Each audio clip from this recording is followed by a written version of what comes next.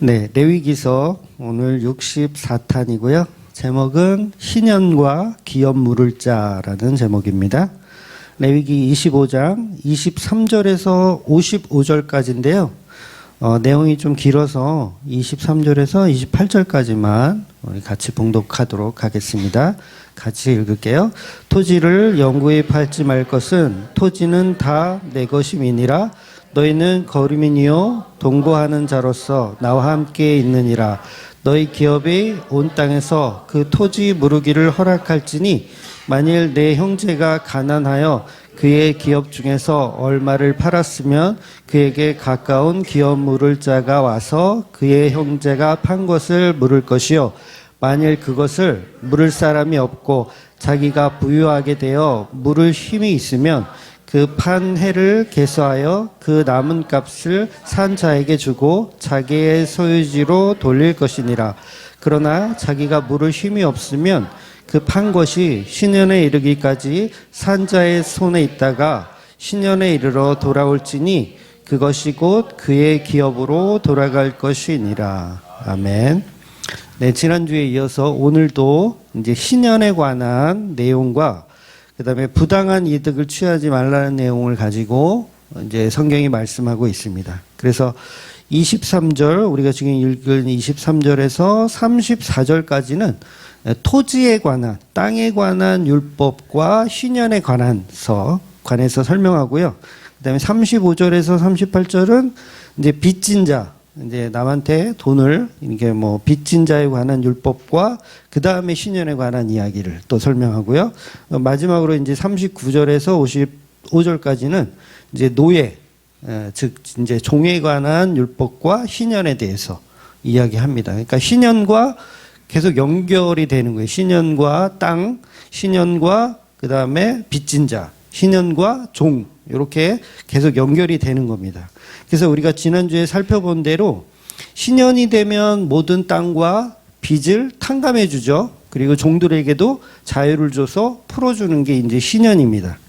그렇다면 여러분이 한번 생각해 보세요.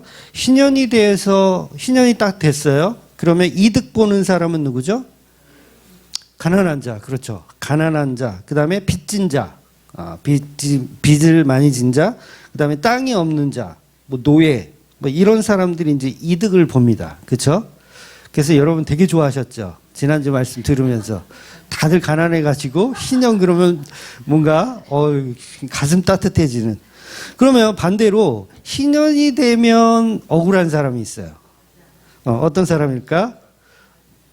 반대로 이제 부자, 땅이 많은 자, 채권자, 그 다음에 노예들을 많이 데리고 있는 주인들, 이런 사람들은 상대적으로 신년이 되면 너무 억울한 거예요.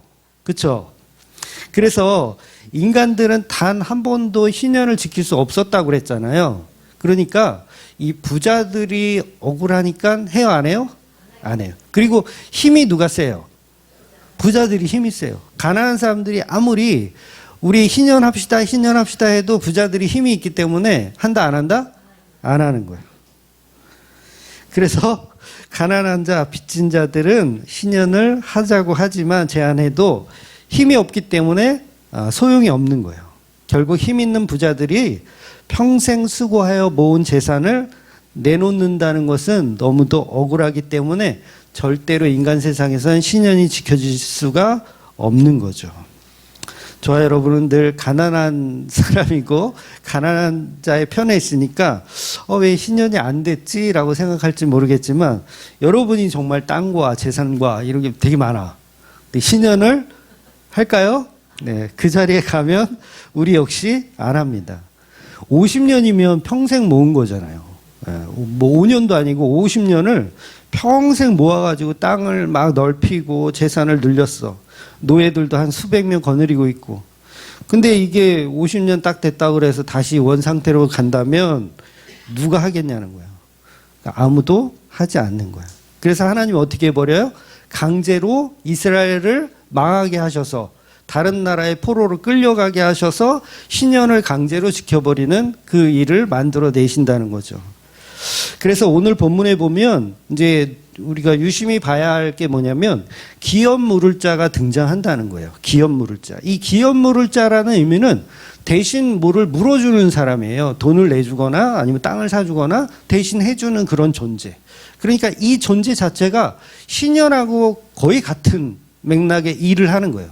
그러니까 신년이면 그게 다시 세팅이 되는 것처럼 기업 물을 자가 등장하면 내 빚을 이 기업 물을 자가 탕감을 해주는 개념인 거예요. 그러니까 사람이 곧 신년인 거죠. 그래서 이 기업 물을 자가 갑자기 쑥 이제 본문에서 등장을 하는 거죠. 그러니까 하나님의 의도는 뭐냐면 대신 뭔가를 대속해 줄 수 있는 게 신년인데 그 신년하고 누구를 같이 세우고 있냐면 기업 물을 자를 같이 세우고 있는 거예요. 그렇다면 이제 이 기업 물을 자는 누구를 상징하겠어요? 당연히 예수님이죠. 그러니까 희년이 상징하는 건 예수 그리스도고 이 기업 물을 자를 상징하는 것 또한 예수 그리스도를 상징하는 거예요. 왜냐하면 우리의 빚을 탕감해 주시고 우리의 노예인 우리를 해방시켜 주시는 기업 물을 자. 바로 예수 그리스도죠. 그래서 구약의 사람들 중에 이 기업 물을 자를 정확하게 잘 표현한 인물이 하나가 있어요. 그게 누구냐면 보아스, 그죠? 보아스. 그래서 우리 룻기를 한번 볼게요. 룻기 3장 9절. 한번 읽어보겠습니다. 이르되 내가 누구냐 하니 대답하 나는 당신의 여종 룻이오니 당신의 옷자락을 펴 당신의 여종을 덮으소서 이는 당신이 기업 물을 자가 됨이니이다 하니. 그렇죠? 룻이 룻과 보아스.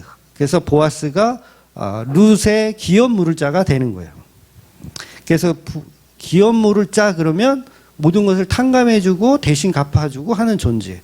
그러니까 보아스와 룻은 사실 교회와 예수 그리스도를 이렇게 상징하는 그런 내용인 거죠. 그래서 죄를 탕감해주고 결혼해주시는 예수, 우리의 빚을 탕감해주고 결혼해주는 보아스, 이렇게 똑같은 개념을 설명하는 거죠.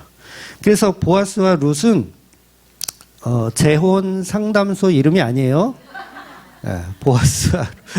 보아스와 룻은 재혼에서 성공한 그런 커플이다. 그래갖고 재혼 상담소 이름이 아니라 예수님과 교회. 교회는 이제 한번 갔다 온 사람들이잖아요. 교회는 누구한테 갔다 왔어요? 마귀한테 한번 시집 갔다가 이렇게 온 케이스가 교회잖아요. 그 예수님이 그를 품어주시는 거죠. 그렇다면 보아스는 예수님의 예표이고 룻은 신부된 교회를 상징하는. 그래서 보아스의 옷자락이 룻을 덮는 거죠. 보아스의 옷자락이. 그래서 오늘 방금 읽은 내용 보면 당신의 옷자락을 펴 당신의 여종을 덮으소서 이러는 거예요. 되게 닭살이죠. 당신의 옷자락을 펴 당신의 여종을 덮으소서. 닭살 아니에요? 그러니까 룻이라는 남편이 룻은 이제 남편이 없는 여자잖아요. 남편이 죽었잖아요. 남편이 없는 여자인데 그 여자에게는 남편이라는 씨가 필요해요. 왜냐하면 예수님까지 연결이 돼야 되니까 씨가 필요해요. 그래서 상징적으로 기업이 없는 것이고 룻은 기업이 없는 것이고 그 기업을 대신 물어줄 사람이 바로 이제 보아스라는 사람이 이제 등장하는 거죠. 그런데 사실 룻기를 읽어보신 분은 아시겠지만 보아스가 원래는 기업 물을 자 1순위가 아니었어요. 보아스가 1순위가 아니고 보아스보다 더 가까운 친척이 한 명 있었어. 그런데 그 친척은 왜 룻을 품어주지 않았느냐면 돈이 아까웠어요. 그러니까 빚을 대신 탕감을 해줘야 되는데 그 사람이 이제 돈이 아까워서 해주지 않고 이제 밀린 거죠. 그래서 이제 보아스에게 차례가 왔기 때문에 보아스는 그 빚을 탕감해주고 기업을 물어주고 나서 이제 그 룻을 아내로 이렇게 삼게 되는 거죠. 그러니까 예수님이 이 땅에 오셔서 설교하신 내용이 뭐였어요? 우리가 누가복음 우리가 살펴본 것처럼 예수님께서 빚을 탕감해 주러 내가 왔다. 내가 너에게 종된 자들에게 자유를 주려고 내가 왔다. 죄인들에게 뭐예요? 구속을 시키려고 왔다. 이렇게 말씀하시는 거예요.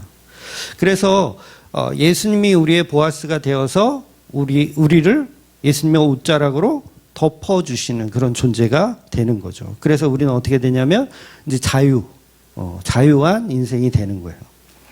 그래서 산상수훈의 팔복도 사실은 예수님 자신이 기업물을 잘하는 것을 이렇게 말씀하시고 희년을 지켜낸 분이라는 것을 설명하는 내용이거든요. 그런데 오늘날에 우리 교회들이 이 산상수훈을 어떻게 해석하고 있냐면, 특히 이제 팔복을 어떻게 해석하느냐면, 요게 이제 기업물을자에 대한 이야기예요. 팔복 자체가 기업물을자에 대한 이야기. 그러니까 희년으로 이루어지는 팔복에 관한 이야기를 하는 건데, 이제 우리는 그렇게 이제 안 보고 이제 경제적 원리로 팔복을 다 해석을 해버리죠. 그래서 무턱대고 가난한 자는 복이 있다 이렇게 생각하죠. 안 그러셨어요? 무조건 가난하면 복이 있다. 뭐 심령이 가난한 것도 그렇지만 그것도 가난하면 복이 있다. 근데 무턱대고 심령이 가난하다는 게 복이 있다라는 말이 아니에요. 반드시 신년으로 해석을 해야 돼요. 물론 그게 상황에 따라서 맞고 틀리고가 될 수도 있지만 중요한 건 예수로 연결하지 못하는 팔복은 다 잘못된 해석들이라는 걸 반드시 알아야 됩니다. 그러니까 잘못된 해석이 되는 거죠. 그래서 그걸 이제 반쪽짜리 해석이다 이렇게 이야기하는 거죠.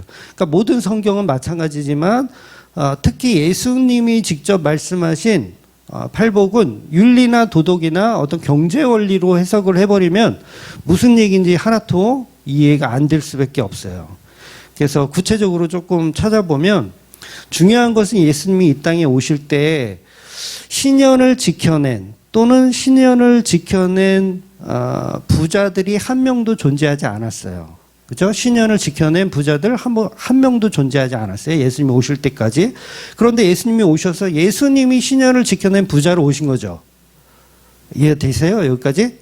예수님이 신년을 지켜낸 부자로 오실 거예요. 그리고 기업물을 자로 오실 거예요. 예수님은 뭐가 많아요? 돈이 많아요. 이해가 되셔야 돼요. 영적인 얘기예요. 돈이 많아요. 보아스처럼. 다 덮어주고 빚을 탕감해주고 다 할 수 있는 분이 이제 오셨어요. 그래서 만약에 신년에 그 신년을 지켜내고 있으면 사람들이 잘 지켜내고 있으면 예수님은 신년으로 오실 필요가 없죠. 근데 우리가 못하니까 예수님이 신년을 지켜낼 기업물을 자로 이 땅에 오신 거예요. 그래서 성경 속에서 그런 인물들이 있다면 보아스 같은 경우가 있다면 보아스가 누구를 예표한다? 예수님을 예표하는 거예요. 그래서 산상수훈의 정의를 조금 더 보면 자기 땅에 이제 종들이 있고 그들에게 자유를 주는 게 희년인데 그걸 예수님이 하러 이 땅에 오셨다는 거죠. 그러니까 저와 여러분에게 어떤 분이 땅을 기업으로 주고 빚을 탕감해주고 종의 사슬을 풀게 해주시고 자유를 주시는 분 예수님이죠. 예수님 이야기하는 거예요. 그래서 산상수훈을 오늘 우리들의 이야기, 그러니까 교회들의 이야기로만 보면 안 되고 먼저 그게 예수님의 이야기구나라는 걸 먼저 보셔야 돼요. 자, 산상수훈 보면 처음에 뭐가 나오죠?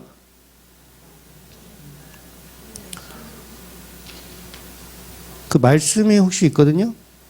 네, 있죠? 네. 5장 3절 보면 심령이 가난한 자는 복이 있나니 천국이 그들 것이며. 여러분 한번 이렇게 생각해 보세요. 이거 예수님이 지금 하시는 말씀이죠. 산에서 말씀하시는 거예요. 내가 신년의 부자인데 신년이 되어서 내 땅을 내놓고 종들에게 자유를 주는 그런 주인은 없지만 만약에 있다고 하면 그 신년을 지켜주는 그 부자가 심령이 가난한 자인 거예요. 요게 이해가 되셔야 돼요. 그러니까 심령이 가난하다는 말은 사전적으로 보면 마음이 가난하다 그런 뜻이거든요. 마음이 가난하다. 그러니까 욕심이 없다는 거예요. 내가 부자인데 욕심이 없다는 거예요. 그러면 뭘 해줄 수 있어요? 신년을 해줄 수 있는 거죠. 그러니까 신년이 되어서 땅을 나누어주고 빚도 탕감해주고 종들에게 자유를 풀어주는 그런 심령이 가난한 존재. 그 존재가 누구라는 얘기를 하는 거예요? 예수님이라는 얘기를 하는 거예요. 그래서 심령이 가난한 자는 그가 천국을 받을 것이다. 이렇게 표현하는 거예요. 그래서 예수님이 이런 말씀도 하셨죠. 그러니까 빚을 탕감해주는 예화도 몇 개 하신 게 있거든요. 그 대표적인 게 이제 1만 달란트 빚진 자 이야기. 그래서 1만 달란트에게 빚을 탕감해 줘요. 탕감해 주는데 이 친구가 처음엔 좋죠. 좋은데 나중 가서는 이제 교만해지잖아요. 그러니까 자기보다 덜 빚진 사람을 이게 끌어다가 감옥에 넣으려고 그러고 막 그런 존재. 또 예수님이 부자 청년한테도 그런 얘기 하셨어요. 내 재산을 모두 팔아서 가난한 사람들에게 주고 나를 따라와라. 이런 얘기를 하셨거든요. 이게 뭐예요? 신연의 부자가 되어 보아라. 그 얘기를 하는 거예요. 너가 돈 많은 청년이 어떻게 하면 구원받습니까? 막 이렇게 막 헛소리를 하니까 예수님이 너의 재산을 가난한 사람에게 다 주고 나를 따르라. 이 얘기는 뭐예요? 네가 신연의 부자가 되어 보아라 이거예요. 근데 돼요 안 돼요? 못하는 거예요. 왜냐하면 돈이 아까워서 가난한 자에게 다 주고 오지 못하는 거예요. 그런데 그걸 하신 분이 누구라는 거예요? 예수님이 하셨다는 거예요. 그러니까 예수님은 부자 청년인데 예수님은 자기 재산을 다 가난한 사람에 주고 십자가에 매달아 죽을 수 있는 분이라는 거죠. 그분이 신연의 주인공이고 오늘 이 5장 3절 마태복음 5장 3절이 말하는 심령이 가난한 자는 복이 있다 해서 심령이 가난한 분은 예수님이라는 얘기를 하는 거예요. 그래서 그 안에 천국이 있다라는 얘기를 하는 거죠. 또 4절 볼게요. 4절 5장 4절 보면 애통하는 자는 복이 있나니 그들이 위로를 받을 것이며. 자 보세요. 여러분이 50년 동안 뼈 빠지게 일해서 땅과 재산을 다 모았어요. 근데 이걸 하루아침에 다 나누어 주래. 애통하겠어요? 안 애통하겠어요? 애통하죠? 그러니까 신본주의 설교가 지금 처음 듣는 분들은 이게 무슨 얘기인지 지금 좀 어려울 수 있어. 지금 제가 하는 이야기를. 근데 어차피 설교는 다 어렵더라고요. 네, 어려워요. 이게 믿음으로 보고 성령으로 보지 않으면 어려워요. 근데 2, 3년 후에도 볼 수 있으니까 그냥 이렇게 하는 거예요. 포도원 농부 비유 보면 아침 9시에 일찍 나와가지고 일을 열심히 했어요. 거의 8시간, 9시간을 일했는데 오후 5시에 온 애들이 있단 말이에요. 근데 6시가 퇴근 시간인데 오후 5시에 와가지고 1시간을 일해. 그런데 아르바이트비가 똑같단 말이에요. 똑같이 10만 원씩 줘요. 그러면 아침 일찍 온 우리는 더 많이 받을 것이라고 기대했는데 5시에 온 친구들하고 똑같이 10만 원을 받으면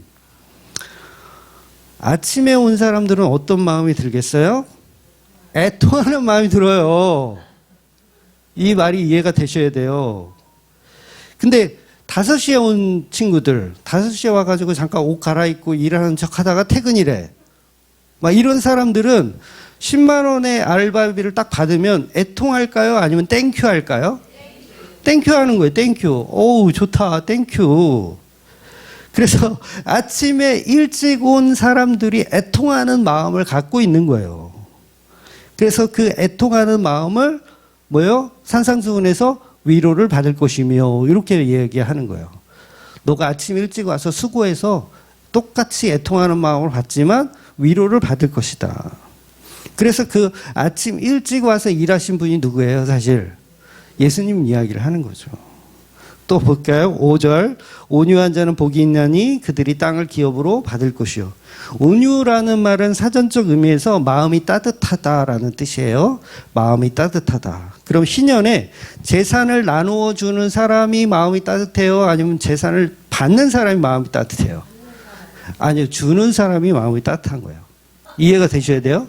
마음이 따뜻하니까 주는 거예요. 따뜻하니까 받는 사람은 그냥 감사한 거죠. 따뜻한 마음을 전달받은 거지, 그지? 내가 따뜻한 마음이 아니라 받은 사람은 내 마음이 따뜻한 게 아니라 따뜻한 마음을 전달받은 거고 따뜻한 마음은 주는 사람이 따뜻한 마음인 거예요. 그래서 종에게 자유를 줘. 너 이제 자유해. 네가 하고 싶은 대로 하고 살아. 그러면 이렇게 주는 사람이 따뜻한 마음이고 받는 사람은 그 따뜻한 마음을 받는 거예요. 그래서 온유한 자는 누구예요? 아니, 그건 당연한 건데 종을 풀어주는 사람이 온유한 자예요. 재산 빚을 탕감해 주는 사람이 온유한 사람이고요. 오늘 어렵지 않죠? 약간 어려울 수 있겠다. 그러니까 온유한 자는 복이 있나니 그들이 땅을 기업으로 받을 것이다. 그래서 신년에 온유한 마음을 가지고 자기 땅을 남들에게 나눠주는 그 사람, 예수님 이야기하는 거죠. 온유한 자는 복이 있나니 땅을 기업으로 받을 것이요. 그러니까 예수님이요, 사람들, 교회들이 해야 할 일에 대한 산상수훈을 전하고 있는 게 아니에요. 내가 이룰 신년에 관해서 산상수훈을 말씀하고 있는 거예요. 당연히 우리는 못 알아들어요. 영적인 능력이 없기 때문에 예수님 말씀 못 알아들어요. 산상수훈 가지고, 그래서 종교인들이 그거 가지고 우리 인간들이 해야 할 일, 그리고 우리 인간들이 받을 복, 이렇게 연구하잖아요. 그러니까 첫 단추가 잘못 깨고 있는 거예요. 예수님은 모든 성경을 들어서 나에 대한 이야기를 하고 있다라고 말씀하셨기 때문에 산상수훈도 교회들에게 하는 이야기가 아니라, 교회들에게 하는 이야기는 맞는데 그 내용이 예수 그리스도 자신에 관한 이야기를 설명하고 있다는 거죠. 그래서 6절, 의에 줄이고 목마른 자는 복이 있나니 그들이 배부를 것이며, 그러니까 의에 줄이고라는 사전적 의미는 자비한 사람이란 뜻이에요. 의에 줄이고 목마른 자, 자비한 사람. 그러면 신년에 자비한 사람은 누구예요? 예수님, 당연하고. 재산을 탕감해 주는 사람이 자비한 사람이잖아요. 탕감 받는 사람을 자비하다고 하지 않아요. 우리는 탕감해 주는 사람. 그래서 가난한 자에게 뭔가를 나눠주는 그 사람이 자비한 사람이고, 그 사람이 의에 줄이고 목마른 사람이에요. 신년의 부자들을 이야기하는 겁니다. 이루어지지 않는 신년의 부자들. 7절 볼게요.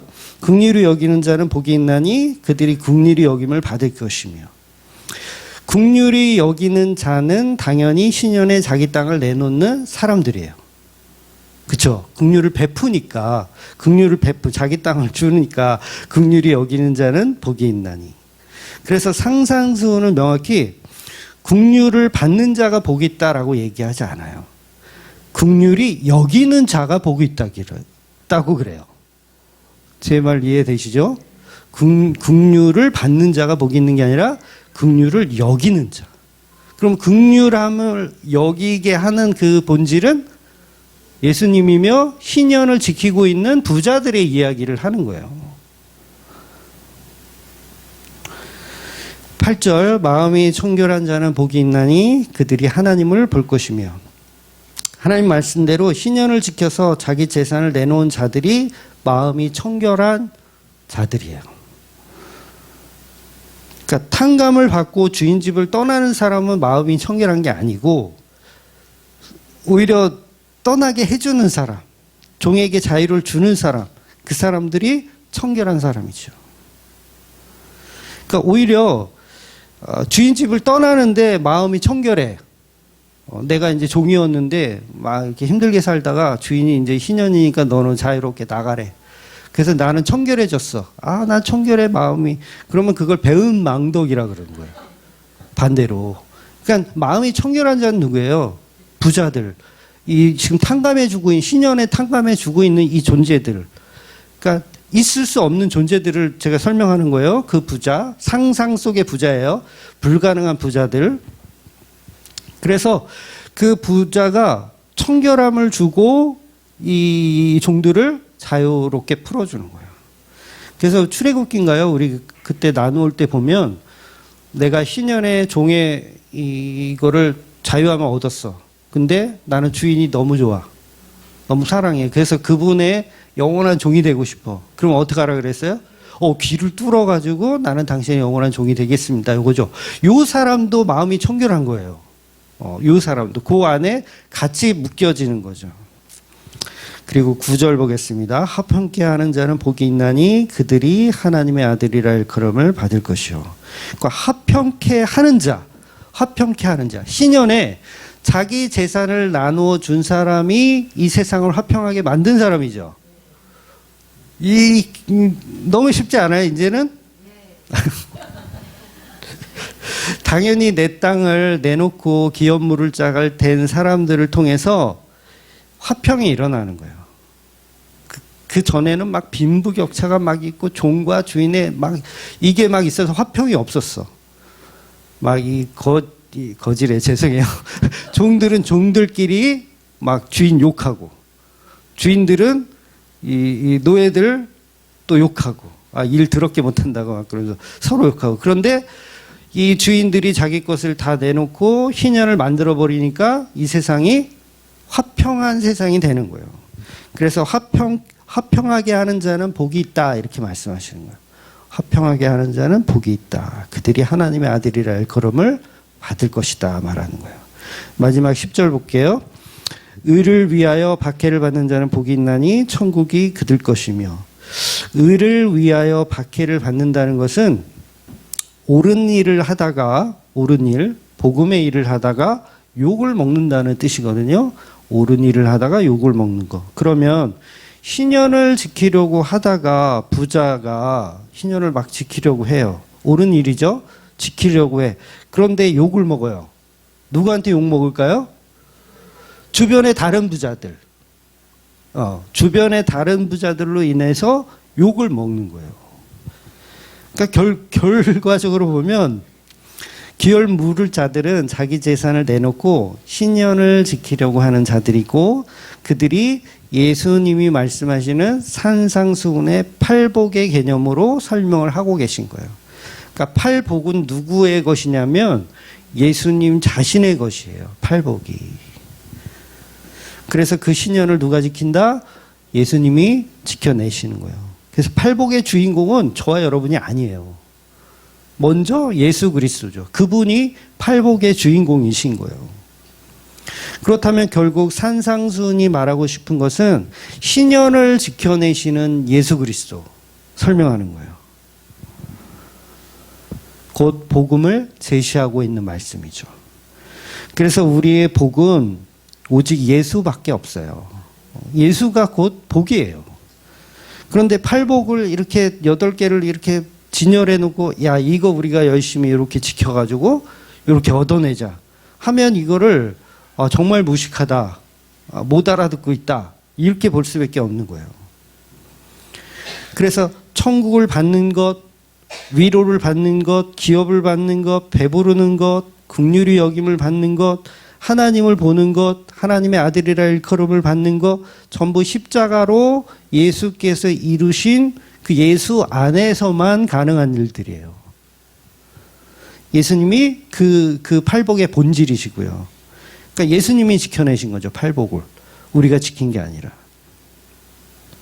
그러니까 저와 여러분이 팔복을 지켜내서 우리가 긍휼한 마음이 있습니까? 우리 긍휼한 마음이 없어요. 조금은 있지, 요만큼.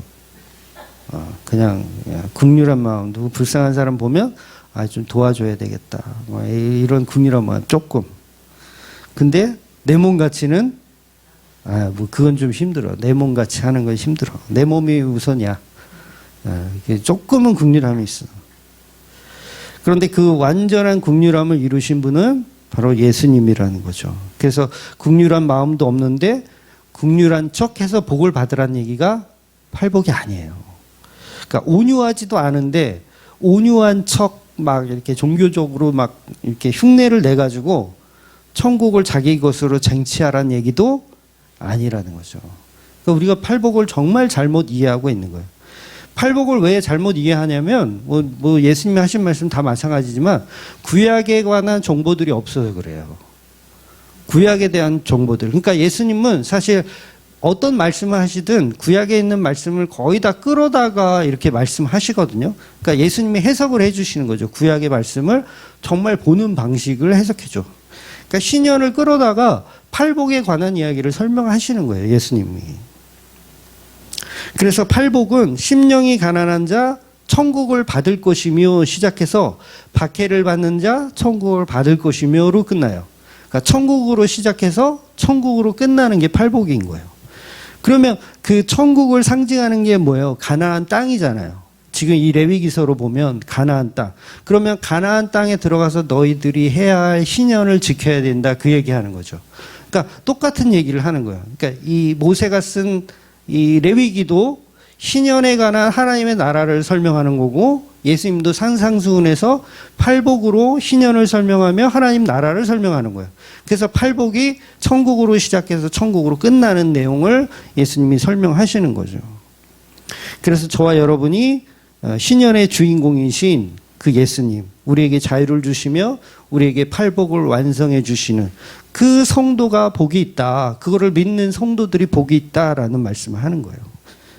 그래서 산상수훈은 절대로 윤리적이며 도덕적인 이야기가 아니라는 거죠. 예수를 가진 자가 팔복을 다 가진 자다. 예수를 믿는 자가 신년을 경험하고 있는 자다. 그러니까 여러분이 예수를 믿는다면 그 신년을 경험하고 있으셔야 돼요. 종에 눌려 있으신 분은 자유함을 얻으셔야 돼요. 여러분이 빚에 억눌려 계신 분은 자유함이 있으셔야 돼요.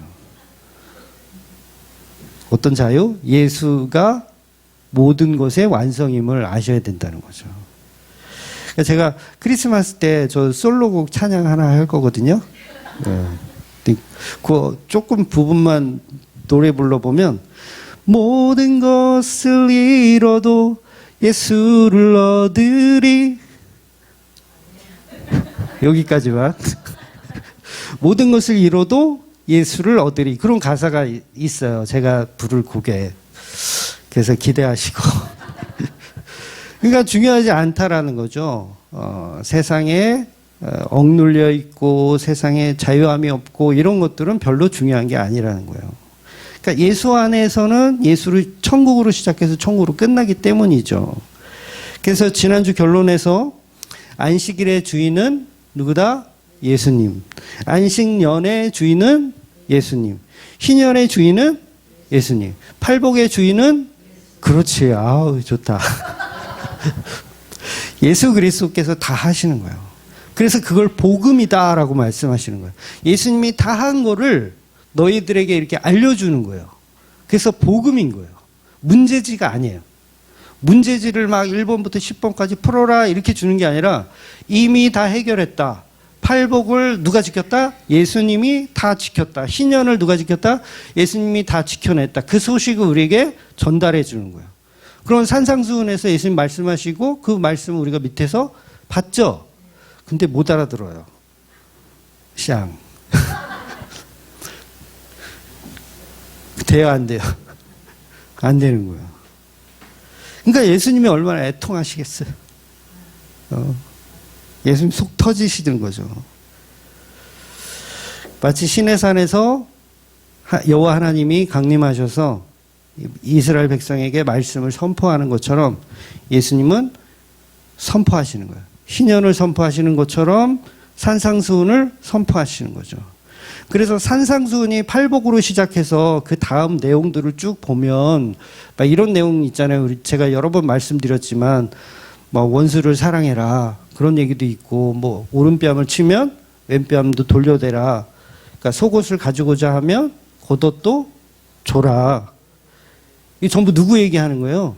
예수님 이야기하는 거예요. 예수님이 이렇게 겉옷 달라고 하면 속옷 주는 그런 분으로 오른뺨을 때리면 왼뺨을 돌려대는 분으로 내가 십자가에서 이 산상수훈을 완성할 테니 너희는 그 복음을 들으라. 이렇게 말씀하시는 거예요. 아, 예수님이 십자가에서 팔복을 이루셨군요. 아, 예수님이 십자가에서 희년을 이루셨군요. 아, 그게 들려지고 그게 믿어집니다. 라고 하는 사람들이 교회여야 하고 성도들이어야 하는 거예요. 그런데 예수님의 말씀을 못 알아듣고 계속 우리가 팔복을 지켜내서 팔복의 주인 되려고 그러잖아요. 그러니까 잘못 보고 있는 거죠, 성경은. 오전에도 말씀드린 대로 성경을 계시로 보지 않고 그냥 일반 계시로 보는 거예요. 특별 계시로 보지 않고 일반 계시로 보는 거. 성경 보면서 예수를 찾는 게 아니라 인간의 어떤 덕이나 인간의 삶의 지혜를 찾고 있는 거죠. 그렇게 찾으면 예수님의 십자가는 정말 초라한 십자가가 돼요. 예수님 내가 신년의 주인, 팔복의 주인으로 다 이루었다 그러고 십자가에서 다 이루었다 그랬는데 밑에서 우리는 숙제하고 있어. 어떻게 해야 팔복을 얻을까? 막 이러면서 어떻게 해야 신년에 돈을 더 받을 수 있을까? 아니면 내가 부자면 신년에 어떻게 하면 도망갈 수 있을까? 그런데 아닙니다. 오직 십자가에 죽으신 그 예수님만이 나를 덮으시는 보아스임을 아시고 늘 예수 안에 모든 진리가 다 있으며 그분이 희년이시고 그분이 기업 물을 자의 임심을 믿고 살아가시는 저와 여러분이 되시기를 주의 이름으로 축원드리겠습니다. 아멘. 기도하겠습니다.